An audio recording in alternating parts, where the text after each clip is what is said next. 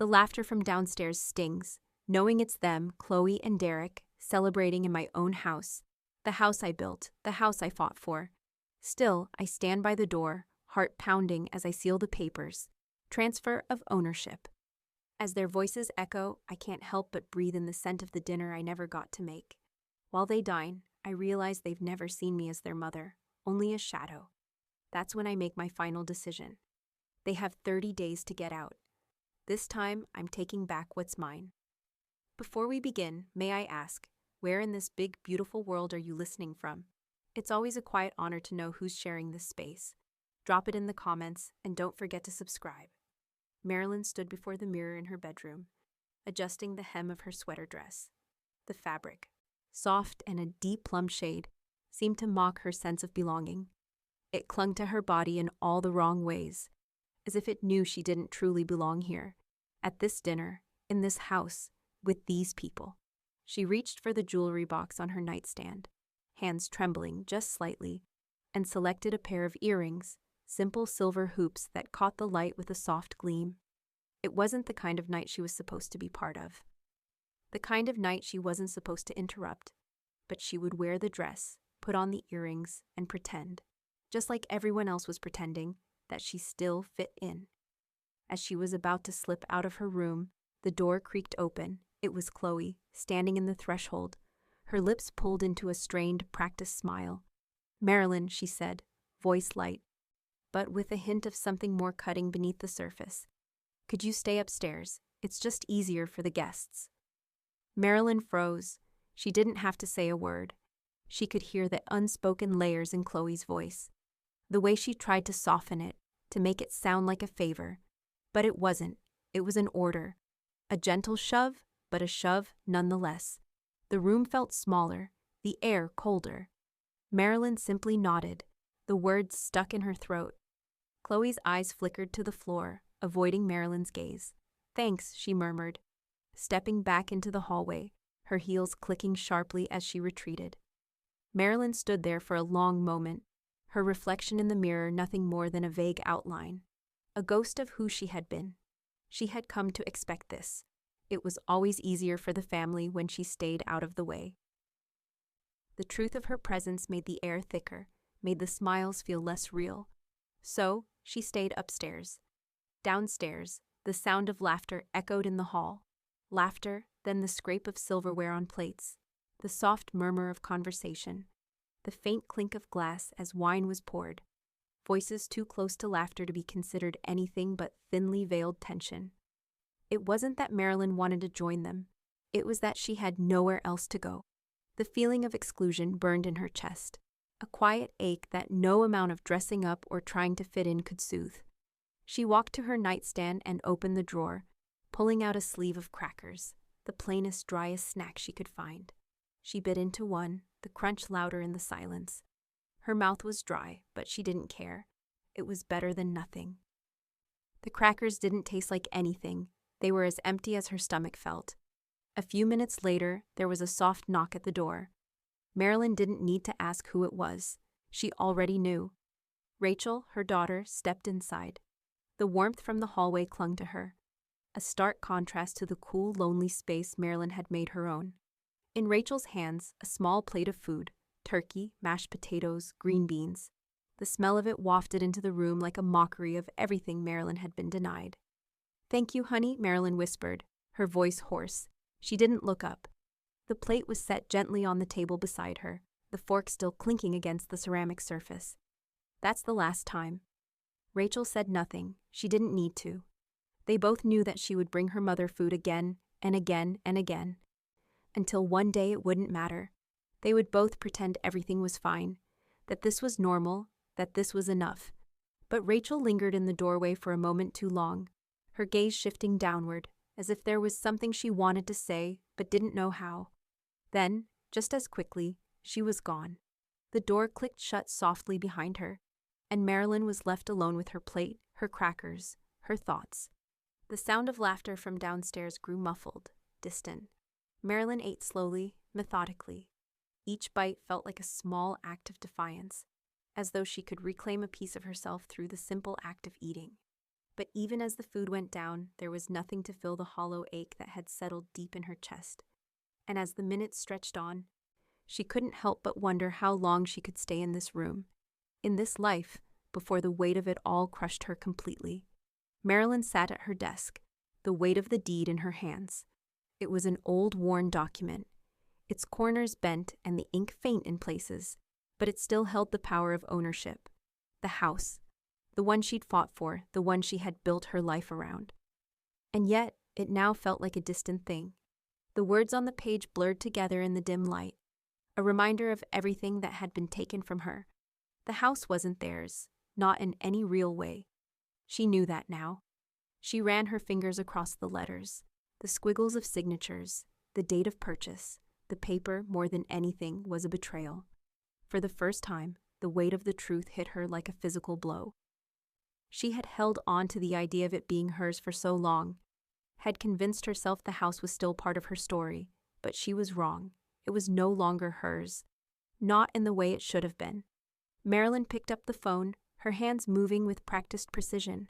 She knew exactly who to call, the same person who had once helped her navigate the labyrinth of real estate and law, the one who had guided her through every closing, every negotiation. She dialed Tessa's number and waited, watching the second hand on her clock tick too slowly, stretching the silence around her. "Tessa," Marilyn said when the call was answered. Her voice was steady, but the undertone was sharp, like a blade held just beneath the surface. "Marilyn," came the reply, warm but distant. Tessa had always been a professional, and Marilyn couldn't help but wonder if the distance between them had grown over the years. It wasn't intentional, it was just that way. "I need to talk to you about the house," Marilyn began.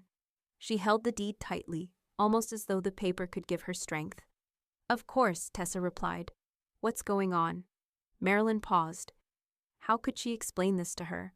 How could she explain the unbearable weight of watching strangers wear her life like a costume? Watching Chloe and Derek move through her rooms as though they owned them, their voices echoing through walls that used to be hers, their footsteps heavy on the floor she had once walked alone. "They're not owners," Tessa said after a beat, her voice sharp, calculating. "They're tenants, Marilyn, not owners. It's all in the deed." Marilyn's throat tightened. The relief that she felt upon hearing Tessa's words was bitter, mixed with something else. Anger, maybe, or fear. She hadn't fully decided which one yet. "I want them out," Marilyn said. The words felt like an incision into her chest, sharp but necessary. "I want them gone." There was a long pause on the other end of the line, and Marilyn wondered if Tessa was already formulating a plan, weighing the risks. When Tessa spoke again, her voice was quieter, softer. "You'll have to make a move soon," Tessa warned. "They might resist.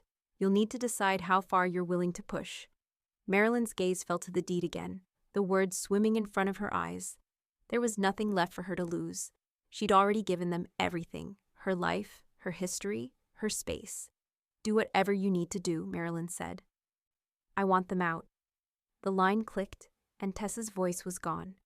Marilyn set the phone down slowly, staring at the empty space in front of her. She wasn't sure if it was the quiet that was suffocating her, or the looming shadow of everything she was about to do. Downstairs, Chloe was already preparing for the next event. Marilyn could hear the murmur of her voice, sharp and brisk as she gave instructions, the sound of glasses clinking in the background. "And you'll stay upstairs again, right?" Chloe's voice carried up the staircase. She said it like it was a question, but it wasn't. It was an expectation, an assumption. Marilyn gripped the edge of her desk, her knuckles white. She closed her eyes, trying to summon the calm she had once been able to summon so easily. But it wasn't working. It hadn't worked in a long time. She didn't answer Chloe. There was nothing left to say. They had taken everything. And now, Marilyn realized, she had nothing but the plan in her mind. The house was still hers. The walls were still hers. The foundation they stood on was still hers, even if everything else had been stolen. She stood up, pushing the chair back with a soft squeak, and moved toward the hallway. Her eyes met the open door of her bedroom. Inside, the boxes were already stacked against the wall, empty cardboard waiting to be filled. Rachel stood in the doorway, her eyes watching, but saying nothing. Marilyn's breath caught in her throat as she moved toward the boxes. The quiet between them was suffocating, the space filled with unspoken things neither of them dared to say. Marilyn began to pack. Her hands moved with methodical precision, pulling books from the shelf, folding clothes from the closet. Every motion felt disconnected, like she was preparing to leave, but never truly leaving. Rachel's eyes followed her every movement, and then, as if pulled by some invisible force, Rachel stepped forward. "Mom," she said softly. Marilyn didn't look up. She couldn't. There was nothing left to say. The door downstairs creaked open. Chloe's voice was louder now, her orders growing more insistent. "We'll be starting soon," she called. "And you'll stay upstairs, right?" Rachel stood behind Marilyn, her hands at her sides, waiting for a sign, for something. But Marilyn didn't give her one. Instead, she kept packing, the weight of her silence thicker than any words could have been. Chloe moved through the living room with a clipboard in hand, her heels tapping a steady rhythm against the hardwood. Every corner of the house glittered with holiday polish, candles arranged just so, crystal flutes lined up in perfect rows, strings of lights weaving through the banister like veins of gold. She paused near the mantel, adjusting a framed photo so that her reflection sat squarely between her and Derek's smiling faces. "Music starts at 7, she said to no one in particular. "Dinner by 8:30, champagne toast right before midnight."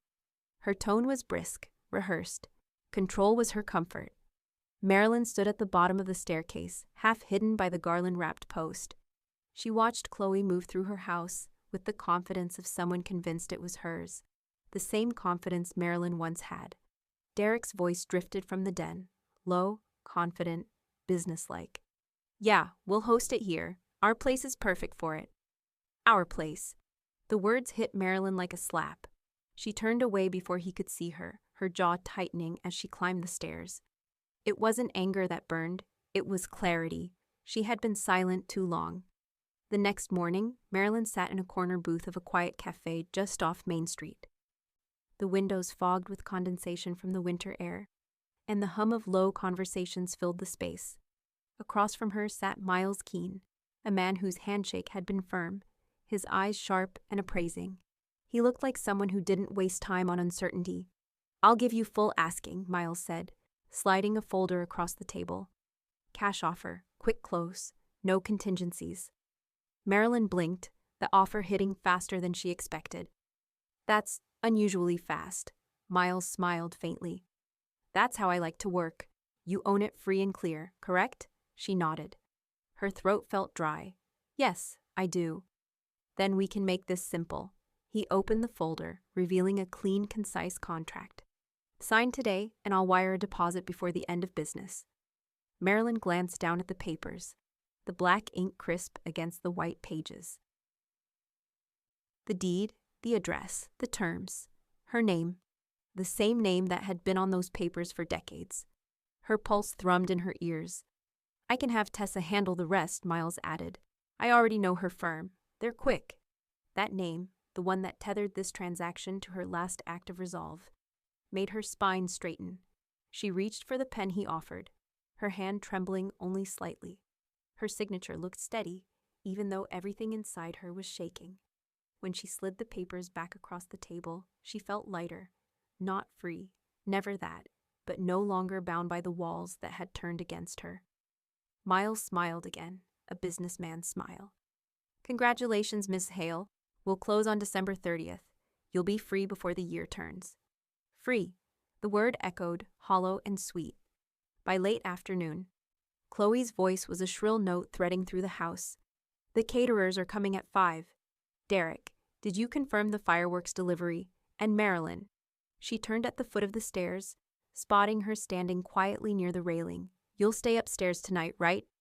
The same question, the same demand disguised as courtesy. Marilyn didn't answer. Her expression gave nothing away. She only turned and disappeared down the hallway, the sound of her footsteps fading one by one. That evening, Rachel worked silently in the garage, the faint hum of the radio masking the sound of cardboard boxes being taped shut. Inside each were fragments of her mother's life, photo albums, the quilt her grandmother had sewn, the delicate porcelain figurines that once lined the hallway shelf. She loaded them carefully into the back of her car, glancing up every so often at the house's glowing windows. From inside came laughter and clinking glasses, Chloe's party already alive with music. Rachel drove through the quiet streets, past the bare trees and shuttered shops, until she reached a row of metal storage units near the edge of town. She parked beneath a flickering light, signed her name on the rental slip, and placed the key in her pocket.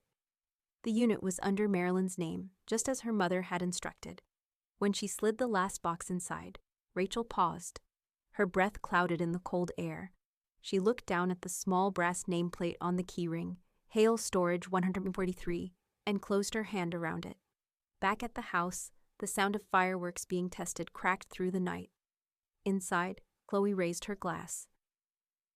"To our home," she declared to the guests gathered in Marilyn's living room, and to the year ahead.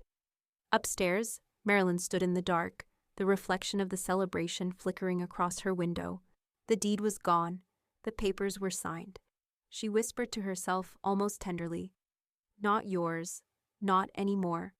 And as the first firework burst outside, bright, sudden, and final, she turned away from the window, her face unreadable. The countdown had already begun. The candle was small, tucked into a corner of the kitchen, where the light didn't quite reach. Its wax was a deep shade of red, its scent faint but heavy, like something both sweet and dangerous. A gift. From Chloe. Marilyn had never lit it. Not once.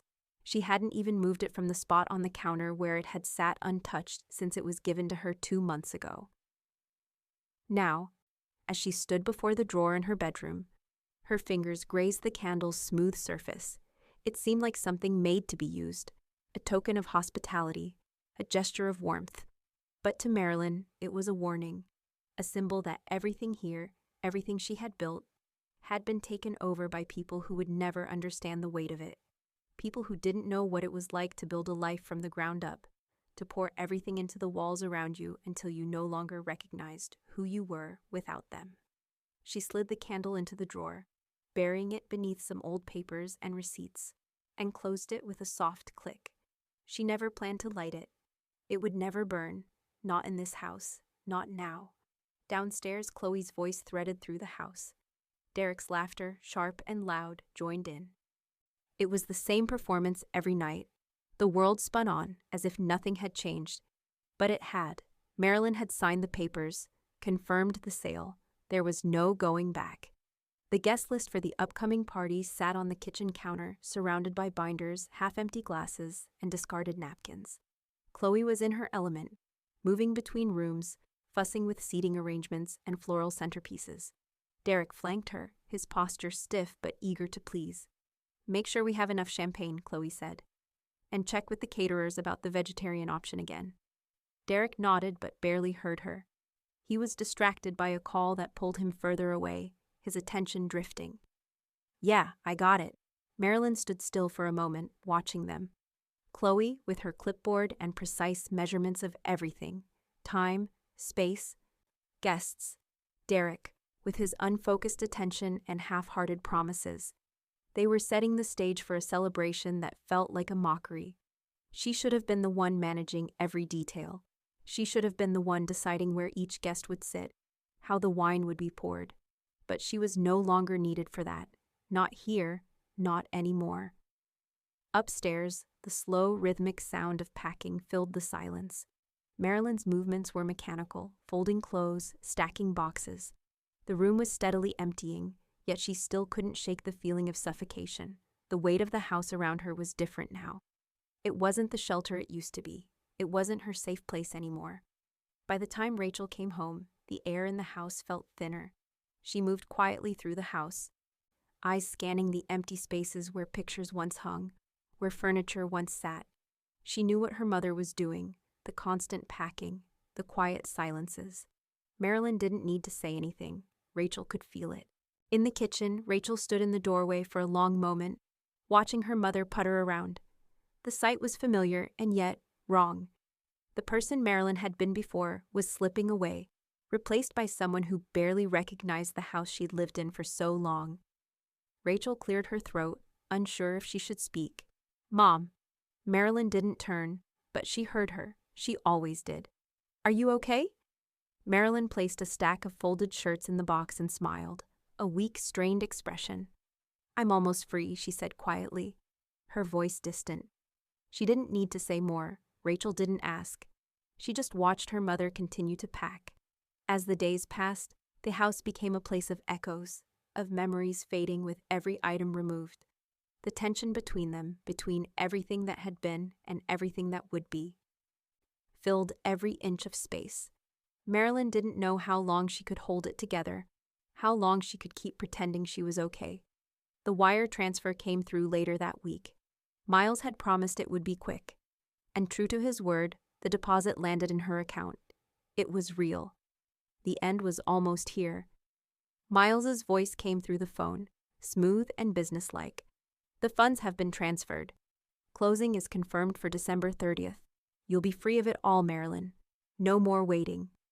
Her fingers tightened on the phone as she stared out the window at the falling snow. The house was quiet now, but the future loomed, unspoken and inevitable. She knew what it meant. The sale would close, the house would no longer be hers, and everything would change.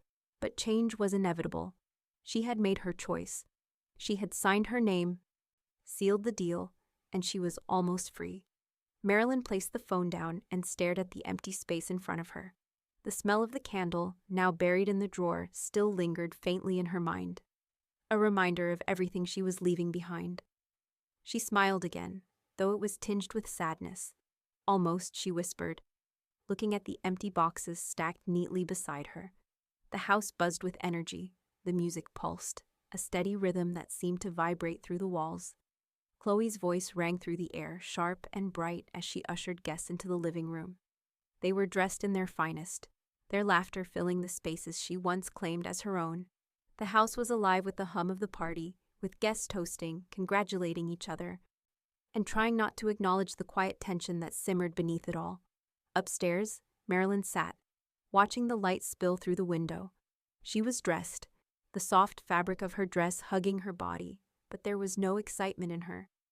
The act of dressing up had once been a way to participate in life, in this house. Now it felt like a costume. She watched the guests below, heard their voices rise in greeting, their laughter sharp and hollow. She had done everything she needed to do. The papers were signed. The house would be gone soon.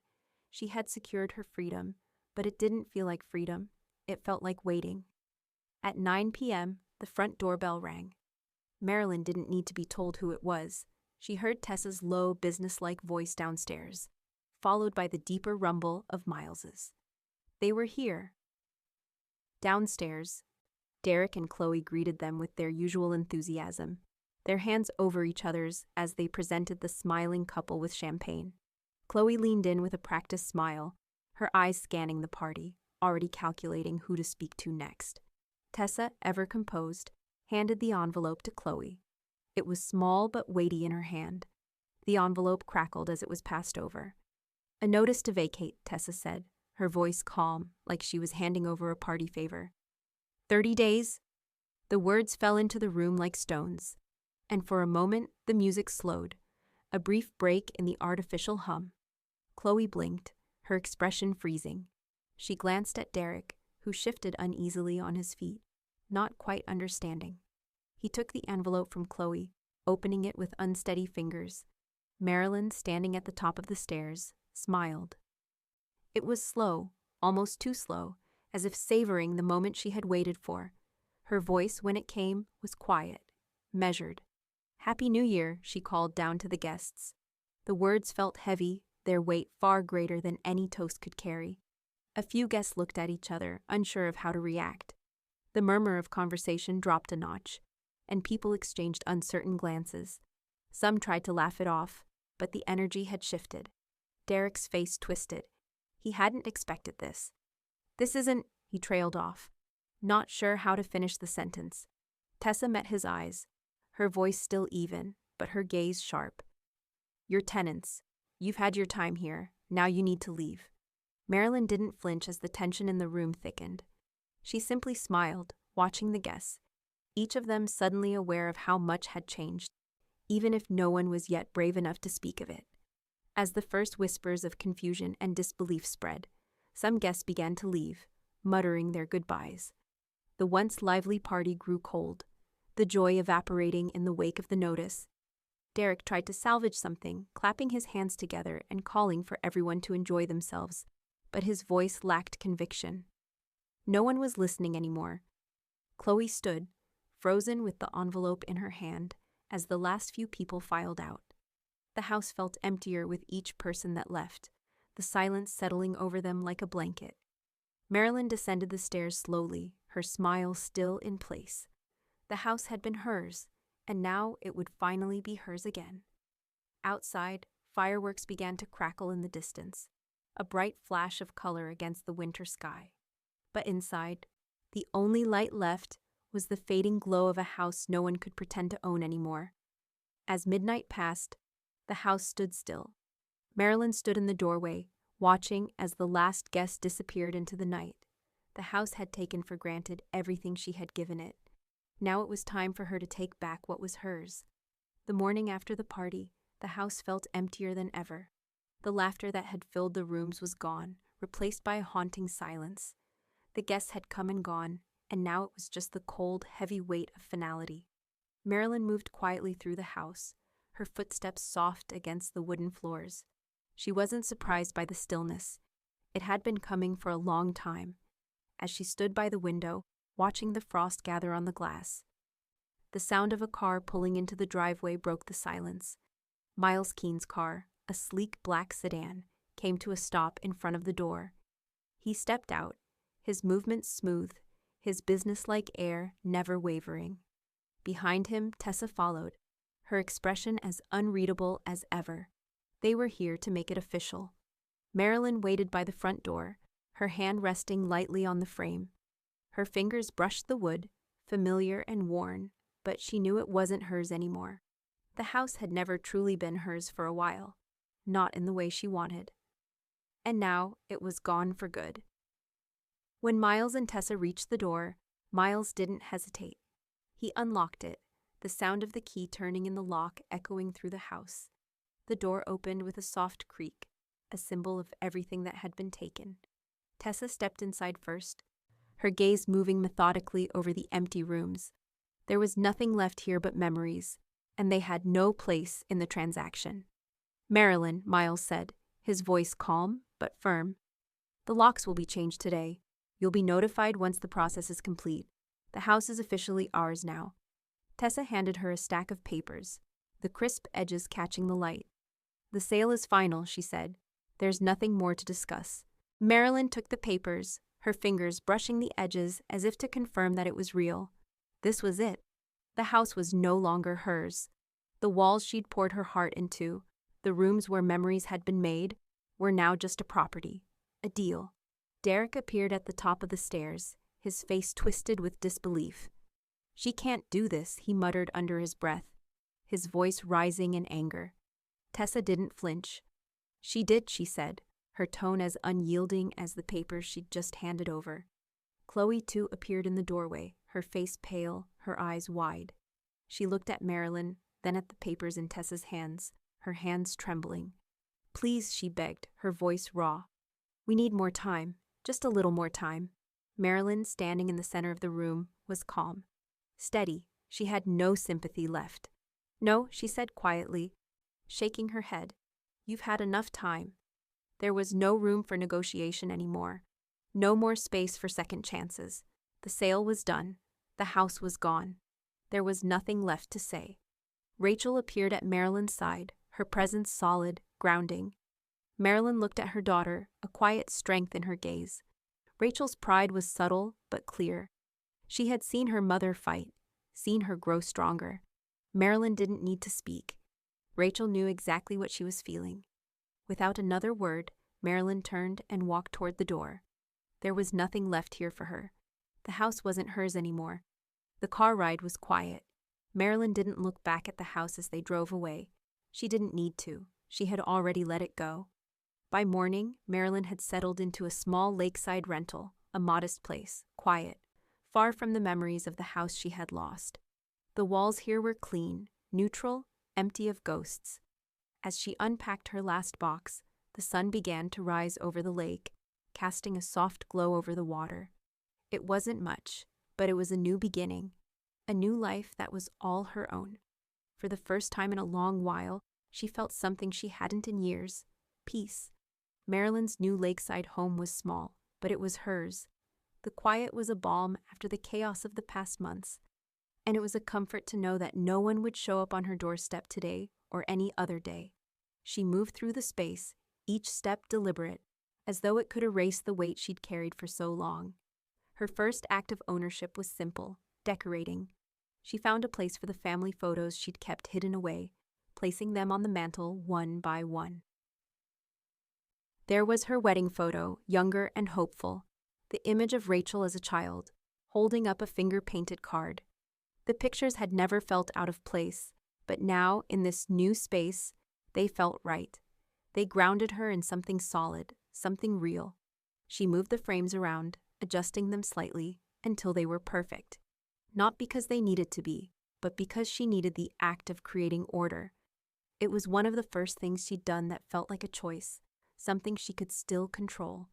The phone call was inevitable. It came 2 days after the move. Marilyn opened the contacts list. Hovering over her old number, she erased it. The number had been a lifeline to a life she no longer wanted. It had been a tether, holding her to a version of herself that didn't exist anymore. No forwarding address, no apology. She was starting fresh. Rachel visited every weekend. The house was quiet but for the sound of their voices and the faint murmur of a weekend radio station. "It's peaceful here," Rachel commented one Saturday, curled up on the couch with a coffee in hand. She glanced out the window, watching the water ripple under the weight of a light breeze. Marilyn smiled, content to just be with her daughter in this space. "I didn't know what peace felt like," she admitted, the weight of her past dissolving with each passing day. Rachel didn't need to say anything more. She understood. Derek's letter arrived soon after, official, stiff, and passive-aggressive.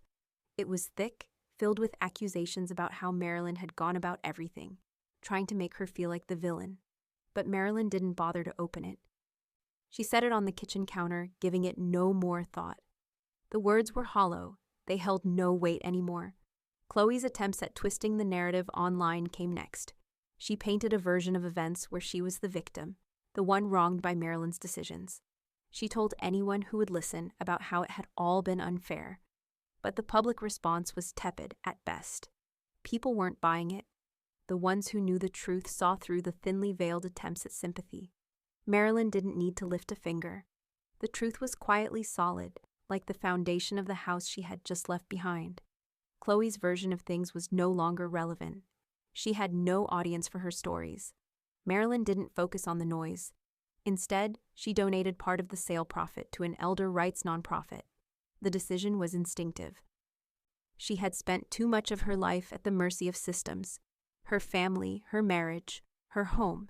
Helping those who had no voice in the world felt like an act of reclamation. The days passed, steady and uninterrupted, each one softer than the last. The lake outside her window shimmered with the promise of new possibilities. The room she'd once filled with stress and anger now belonged to peace, quiet, and a slow unfolding of her own identity. Marilyn didn't slam any doors. There was no need. The past had simply faded into something unimportant. Her new life was waiting. She was no longer defined by the house, the people, or the stories they told. She was finally free. The first time Marilyn drove by her old house after moving out, the rose bushes she'd planted years ago were still there, blooming in soft pinks and whites. The sight of them, nestled in the garden under the window where she had once stood, stirred something deep within her. They had been a symbol of her quiet defiance, a small patch of beauty she had carefully nurtured despite the chaos around her. The buyer hadn't touched them, and somehow that felt like a victory. It was as though she'd left behind something permanent, something untouched by the hands that had tried to erase her. She slowed as she passed, her eyes lingering on the familiar flowers.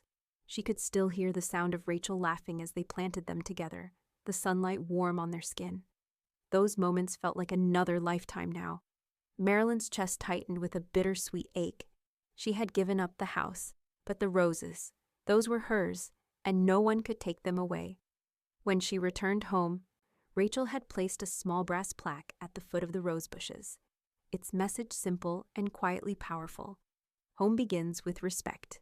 Marilyn hadn't asked for it, but the words felt like a silent acknowledgement, a reminder that her presence had mattered.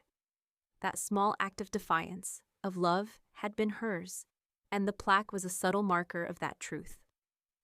Marilyn stood at the window, her gaze lingering on the lake outside, the quiet ripples stretching far beyond her line of sight.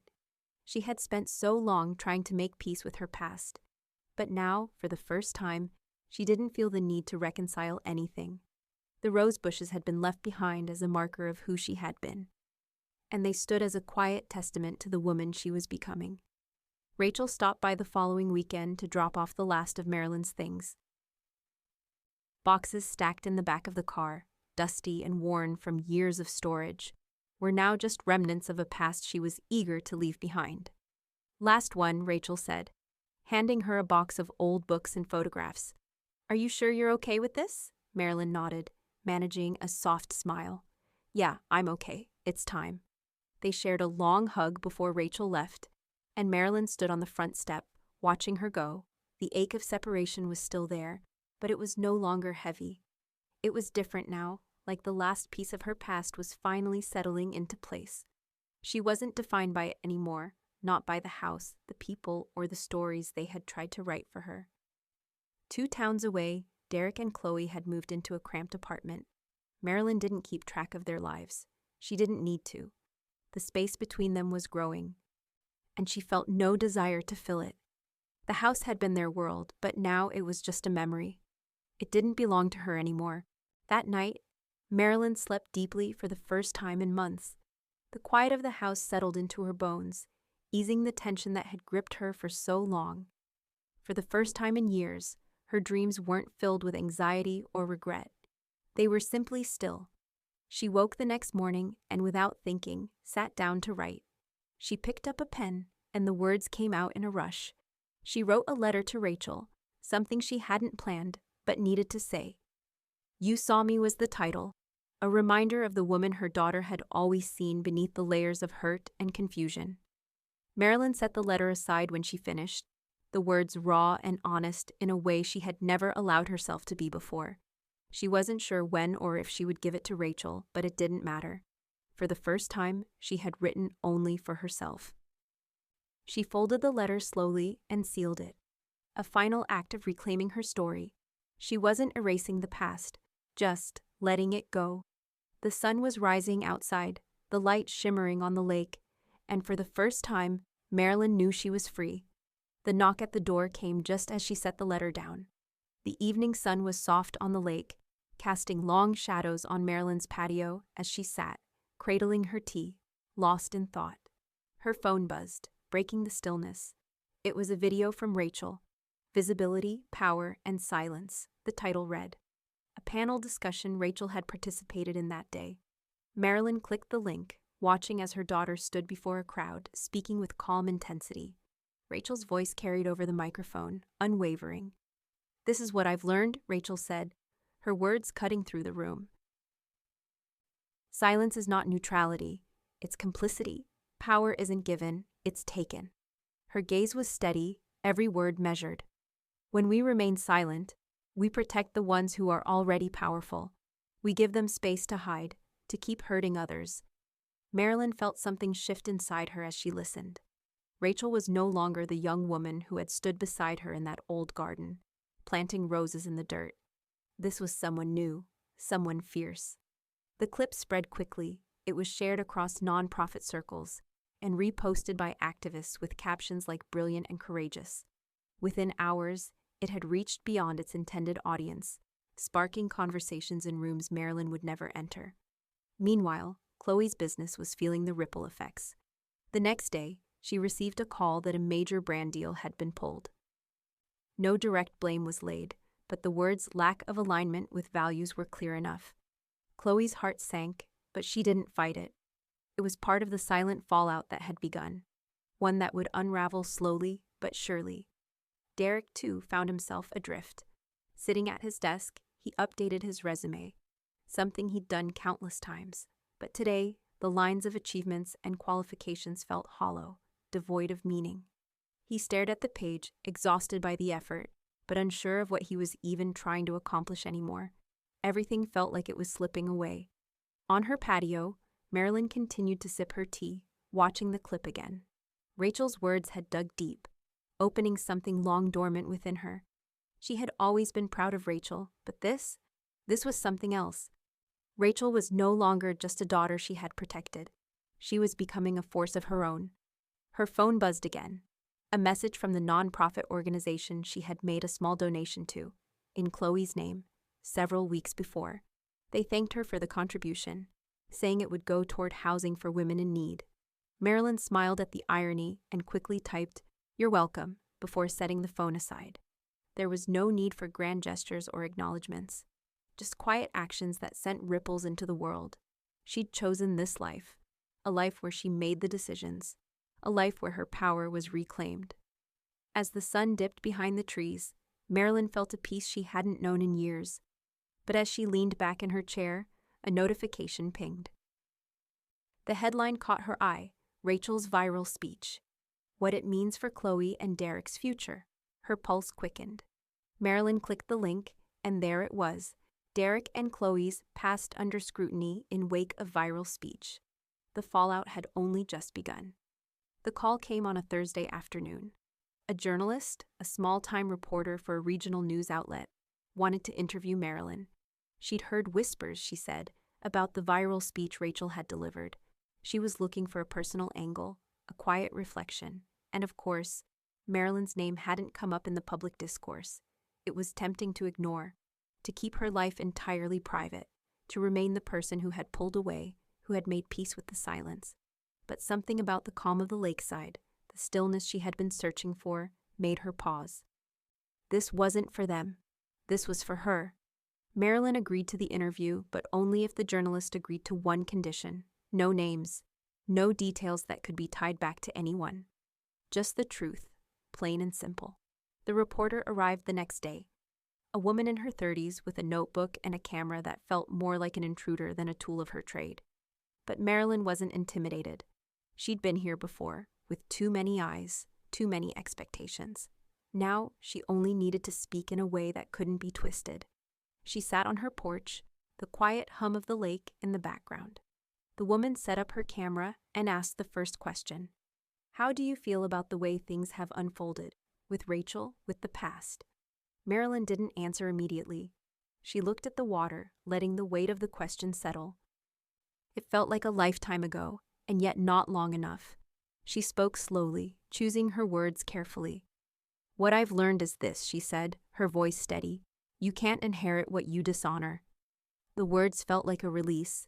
The truth was simple. It was a line she had carried in her heart for years, but had never voiced aloud. It wasn't about revenge or retribution. It was about respect, about the things that had been trampled on, the things that no one had cared to protect. The reporter didn't press. She didn't need to. The quote hung in the air, a quiet truth that spoke volumes. The interview lasted only 20 minutes, a few more questions, a polite thank you, and then the woman left. Marilyn watched her drive away, a small part of her bracing for the fallout, but the quiet stillness that followed felt right. It was the kind of peace that came when you said the thing that needed to be said, without fear of consequence. The next morning, the quote began circulating. "You can't inherit what you dishonor." It trended across social media, picked up by various news outlets, shared with growing momentum. It wasn't an accusation. It wasn't a declaration of war.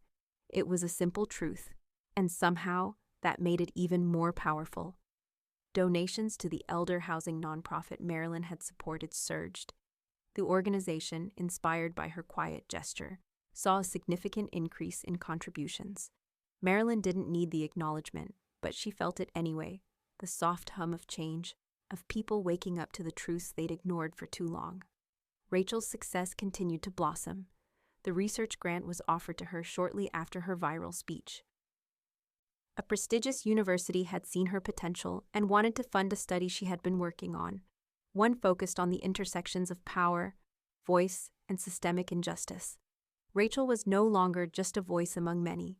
She was becoming a force in her own right. Chloe, on the other hand, had been trying to rebrand, but her efforts felt hollow. A new marketing campaign was launched, a shiny new logo, a pivot in tone, but it all fell flat. People weren't buying it. The attempts to turn the tide of public opinion seemed to only highlight the disconnect between what she was trying to sell and the reality people saw. No one wanted a new look. They wanted integrity. And Chloe had lost that a long time ago. Derek had been quiet since Rachel's speech, but today, he called. The phone rang twice before Marilyn picked it up, holding it in her hand. Weighing the decision, she had already let go of the need to confront him. The past was a heavy thing, but it wasn't hers to carry anymore. She stared at the phone, the familiar weight of it in her palm. The sound of his voice would still stir something in her, some residue of what had been. But she wasn't ready to hear it, not yet. The voicemail beeped, and Marilyn put the phone down, letting it go to voicemail. There was a finality to it, a sense of closure she hadn't anticipated. As the message played, her phone screen illuminated, and she read his words. His voice muffled but clear in the silence. I just wanted to. I don't know, check in. We should talk. It's been a while. Marilyn set the phone aside. The weight in her chest was lighter than it had been in years. She didn't need to listen any longer. The story was theirs to control, not his. The door to her new life was open, and she wasn't about to walk back through it. The soft clink of the pen against the heavy paper was the only sound in the room. Marilyn sat at her desk, a stack of legal papers in front of her. The afternoon sun filtered through the blinds, casting long shadows across the room. There was a calmness to the process, but it was one that carried the weight of everything she had lived, everything she had left behind. She picked up the pen again, her fingers steady as she signed the final page. The new will was done. Rachel would inherit everything.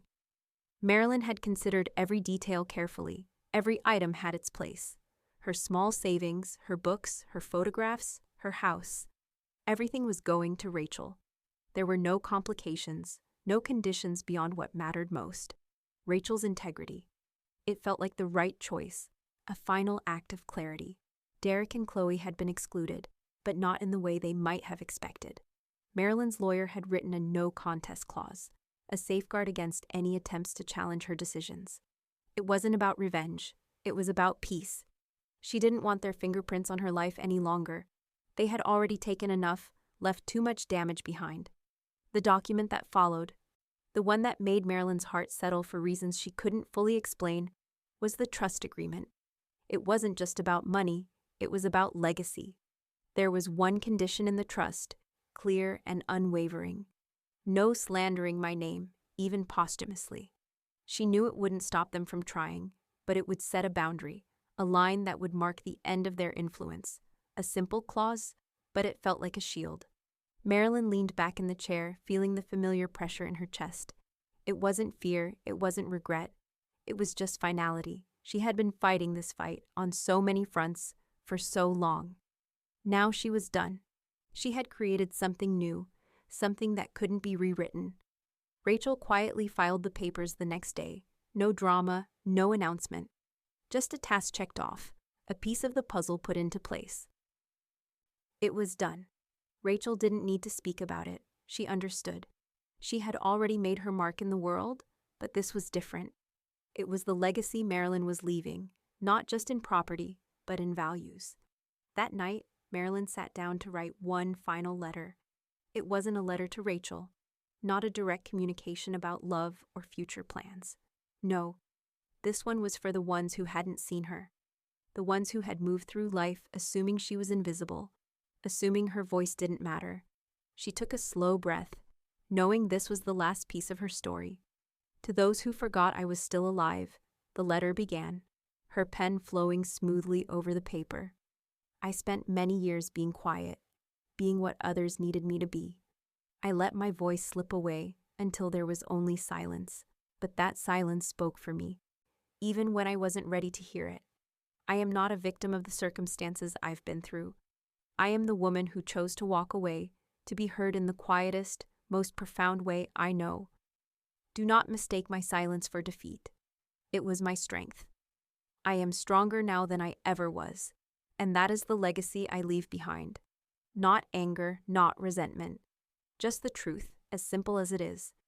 You can't inherit what you dishonor. She folded the letter carefully, placing it in an envelope that would never be opened. It wasn't meant for anyone else. It was for her, a final act of reclamation, a wordless statement of freedom. Spring came slowly to the lake that year, but the rose bushes Marilyn had planted years ago were already showing signs of life.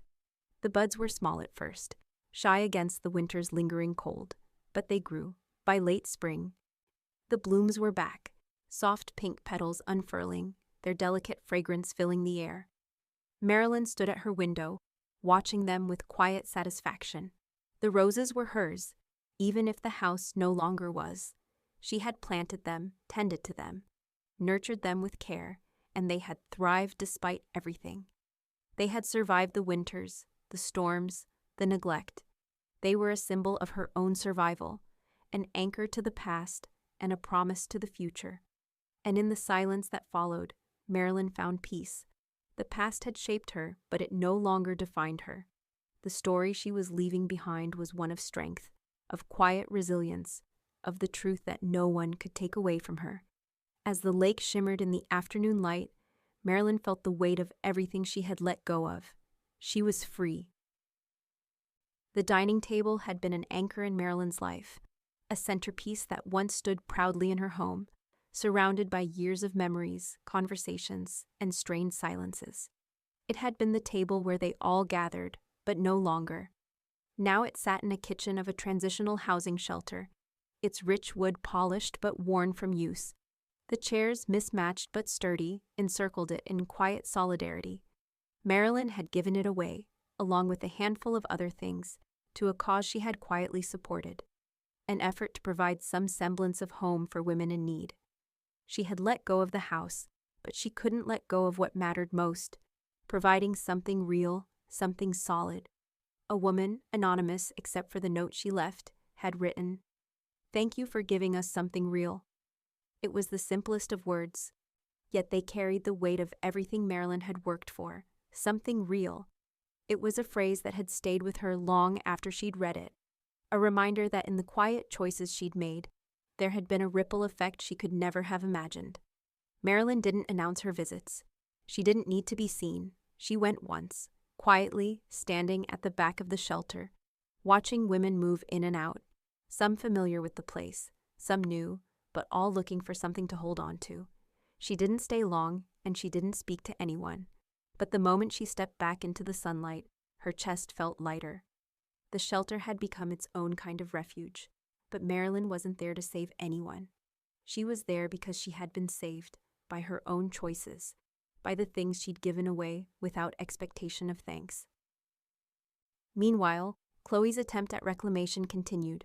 One afternoon, a throwback photo appeared on Chloe's social media. A picture from the old days, her, Derek, and the house they'd once shared. It was the house they had built together, or so Chloe claimed.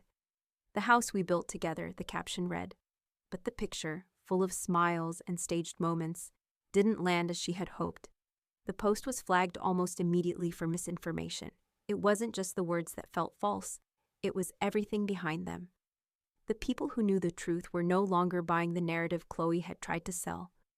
Her image was one of perfection, but the cracks in it were too glaring now.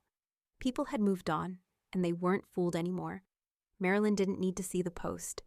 She had stopped checking her phone for their updates long ago. She had left that world behind, not just physically, but emotionally. It was Chloe's version of the past, not hers, and that was something Marilyn had long since stopped trying to fix. Then came the letter, and this one took her by surprise. It was a letter from a woman in Texas, someone she didn't know, someone who had found her through the nonprofit she had quietly supported. "You gave me the courage to leave," the letter began. "I didn't know if I could, but your example made me believe it was possible." Marilyn read it in one sitting, and for the first time in a long time, tears welled up in her eyes. The woman spoke of leaving an abusive relationship, of walking away from a life that had never been hers. Marilyn had never met her, but in her words, she recognized herself. The courage to leave, that was the gift Marilyn had finally given herself, and now she had passed it on. Rachel, too, was finding her own path. It was no surprise when the news came. Rachel had been offered a grant to start a legal clinic focused on elder rights. It was exactly what she had been working toward, and it was the culmination of everything Rachel had fought for. Her voice, once soft and hidden, was now echoing through rooms where it couldn't be ignored. The clinic would offer legal aid to those who had been forgotten by a system that had failed them for far too long. It was a perfect reflection of everything Rachel had learned from Marilyn's example. Marilyn watched from her quiet corner of the world, knowing that her own fight had not been in vain. She had left behind the echoes of her past, but they had rippled out into something larger, something more lasting than she could have anticipated. The rose bushes in the yard bloomed again, and the house she once owned was no longer hers, but what she had built in the silence, what she had cultivated through her choices and actions, had become a legacy, not of material things, but of integrity, resilience, and the quiet strength to walk away when it mattered most. And as she watched Rachel move forward, as the shelter continued to provide refuge to those who needed it, Marilyn couldn't help but feel a quiet satisfaction. She had built something real, too, something they would never be able to take away. As she stood in the doorway of her new life, she heard the faintest sound, a knock at the door. 5 years passed quietly at the lakeside house, the silence of the water stretching endlessly in front of Marilyn. Her days unfolded with a slow rhythm, a steady peace she had built for herself in the wake of all that had come before. The rose bushes bloomed each spring with the same gentle persistence, their soft pink petals a constant reminder of her strength, of her ability to survive and grow in the harshest of circumstances. But even the longest silences come to an end. It was a late evening when Marilyn passed away peacefully in her sleep, the kind of death that wasn't dramatic, wasn't tragic. It was a quiet release, the final exhale of a woman who had learned to live on her own terms, in a world that had tried to dictate the terms for her for far too long. Her body was found the next morning, her face still soft in repose, a slight smile as though she had already let go. The house, the lake, the roses, these were the things she had kept, the things she had protected. In the end, they were hers and no one else's. Marilyn had prepared for this moment quietly, with the same resolve she had shown in life. The sealed letters she had written 5 years earlier were to be delivered after her passing. Tessa, a trusted friend from the nonprofit, was the one who had been given the task. She held the 3 envelopes in her hand now, each with a name on the front: Derek, Chloe, and Rachel. The first letter was for Derek. Tessa knew, even without reading it, what it would say. She opened it gently, as though the words inside might break if touched too roughly. The ink was faded now, but still legible. You let silence become cruelty. Simple. Brutal. Derek had never learned the power of listening, the power of seeing beyond his own world. Marilyn's message to him was a quiet indictment of the man who had once claimed to love her. The second letter was for Chloe. Tessa's fingers lingered over the envelope. Unsure, the past between Marilyn and Chloe had been tangled with a complexity that only time had unraveled, and even now it felt unfinished. Tessa opened the letter carefully, reading Marilyn's words in a quiet murmur. You mistook performance for care. I didn't. Chloe had always been good at appearances, at creating the illusion of love, of care, but Marilyn had seen through it.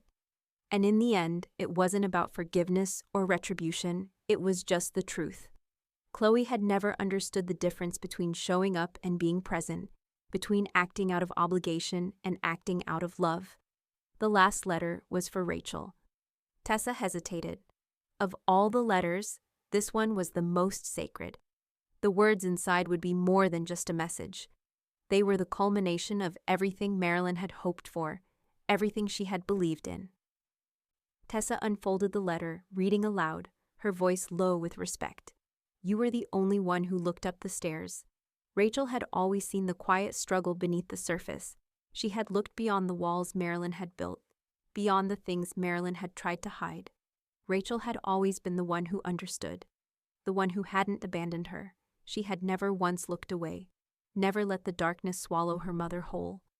And Marilyn's final words to Rachel were as much a recognition of that as they were a promise that Rachel had carried her strength, her wisdom, into the future, where it would continue to ripple out into the world. After Tessa had delivered the letters, she sat in the quiet house for a while, letting the weight of the moment sink in. There was no grand ceremony for Marilyn. She had left no grand legacy of wealth or fame. But in those letters, in the lives she had touched with her quiet acts of kindness, her strength, her refusal to let the past define her, Marilyn had left something far more enduring. Her obituary was simple, as she had always wanted. It didn't recount the drama of her life, the heartbreak, or the battles. It simply read, "She left nothing behind that wasn't hers to give." The rose bushes bloomed once again that spring, unfurling their delicate petals in the same steady rhythm they always had. And as they bloomed, Marilyn's legacy continued to grow, quietly, in the hearts of those who had truly seen her for who she was. And for the first time in years, Rachel stood at the window, looking out at the roses, knowing her mother's quiet strength had been the foundation of everything she was. Rachel settled into the cottage by the lake, the small, quiet space offering her a kind of peace she hadn't expected. The windows still framed the view Marilyn had cherished, and the rose-print curtains, which her mother had always loved, hung gently in the breeze. They were the same ones Marilyn had chosen, soft and familiar. Nothing had changed, and that was exactly how Rachel wanted it. The cottage was smaller than the house, but it felt like the beginning of something. Marilyn's presence was everywhere, though it wasn't oppressive. Instead, it gave Rachel the sense that her mother was still with her, guiding her forward. Rachel had transformed the guest room into an office, where she now ran a weekly free legal clinic. The desk was cluttered with legal papers, but there was an organized chaos to it. A small plant sat at the corner, and the room, though simple, had a kind of quiet dignity to it. It wasn't just a place to work. It was a space where Rachel could continue what her mother had quietly set in motion. The legal clinic became an extension of everything Marilyn had stood for, helping those who felt invisible, empowering them with the law, offering a listening ear. Above the desk hung a plaque that read, "Upstairs was never too far to be heard."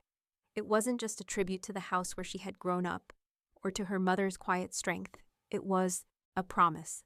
Marilyn had always listened, always seen what others missed. Now, Rachel would carry that forward. Despite her new life, the past kept knocking. Chloe, persistent as ever, reached out in an attempt to reconnect. Rachel received the texts, one after the other, first casual, then more pleading, as Chloe apologized for the past. But Rachel had learned long ago to stop trying to fix something that wasn't broken. She blocked the number without hesitation. The past was where it belonged. Derek, too, had tried. Flowers arrived one morning with a note that said simply, "Thinking of you." Rachel didn't need his flowers. She didn't need his apologies.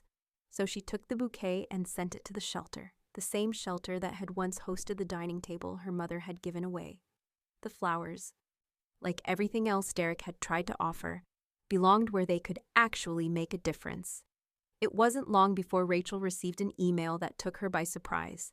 It was from a student, someone she didn't recognize, thanking her for her grandmother's story. "Your grandmother's story saved mine," the email began. The student wrote about how hearing Marilyn's story had given her the courage to leave an abusive relationship. Rachel stared at the screen for a long moment. The tears didn't come immediately. Instead, she felt something deeper, a kind of quiet pride, knowing that her mother's legacy had rippled out far beyond what Rachel had ever imagined. It wasn't just her mother's strength that had saved her. It had saved others, too. The roses bloomed outside, as they always did in the spring. The cottage, the quiet place by the lake, was now Rachel's foundation for something bigger. She wasn't just honoring her mother's legacy, she was continuing it, expanding it into something new. And for the first time, she felt as though she was truly standing in her mother's shoes, walking the path that had been quietly set before her. Rachel knew that her mother's story wasn't just a memory.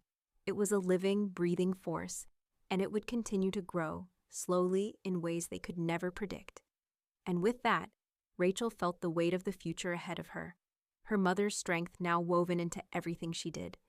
The house by the lake had been sold, but it wasn't forgotten. Now it belonged to a heritage trust, its sprawling lawn and quiet rooms preserved for those who would walk through it and glimpse the history embedded in the walls. Visitors wandered past the garden plaque, reading its simple inscription, "Home begins with respect." It was a quiet homage to the woman who had made it her sanctuary, a silent reminder of what had come before. They'd never know the full story. Rachel rarely visited. She didn't need to. The house was no longer hers, yet it wasn't gone either. The house had been a place to heal, to grow, and now its legacy was something she carried with her into her own work. She had inherited not just the home, but its meaning, the strength in its quiet corners, the resilience in its history. And she passed that on in the talks she gave now, the ones where she stood before audiences, explaining why silence wasn't weakness. Her presentations, titled "Quiet Doesn't Mean Weak," were becoming a staple in legal circles. She spoke at universities and conferences, focusing on the intersection of power and silence, of how people, especially women, could reclaim their voices in environments that had once silenced them. Marilyn's story had woven its way into estate law courses nationwide, a case study in how power dynamics shifted when one person finally chose to stop being quiet. It was as if her mother's story had become a cornerstone for something greater, an example for future generations to learn from. But for Chloe, things were unraveling. After Marilyn's passing, Chloe tried to curate a new image, one of innocence, of remorse. She deleted all her old posts, the ones that painted her as the wronged woman, the one who had lived under Marilyn's shadow. But it was too late. Screenshots lasted forever. The internet had already stored her words, her versions of events. People had started to see the cracks beneath the glossy surface, and Chloe's attempts at rebranding fell flat. No one was fooled anymore. She wasn't just rewriting history, she was trying to erase it. Derek, too, had moved on. He remarried not long after Marilyn's death, to someone he had met years before, while still married to Marilyn. The invitation to the wedding never came. Rachel didn't expect it. She wasn't angry about it. She had no place in that life anymore.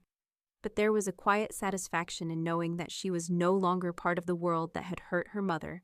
She wasn't angry. She was free. Every spring, the rose bushes Marilyn had planted in the front yard bloomed again. Each year, the delicate pink petals unfurled under the gentle touch of the sun, thriving despite the passage of time.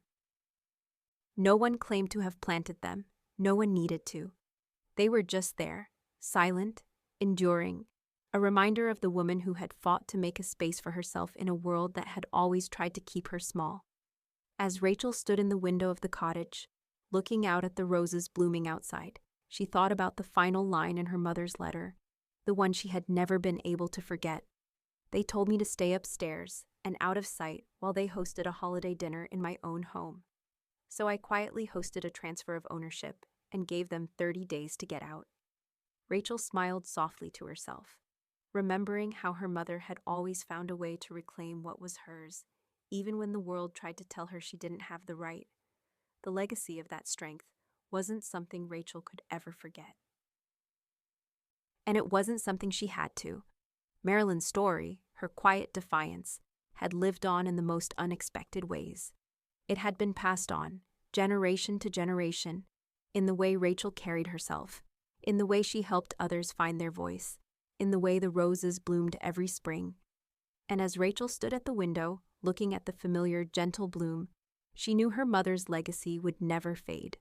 Not for her, not for anyone.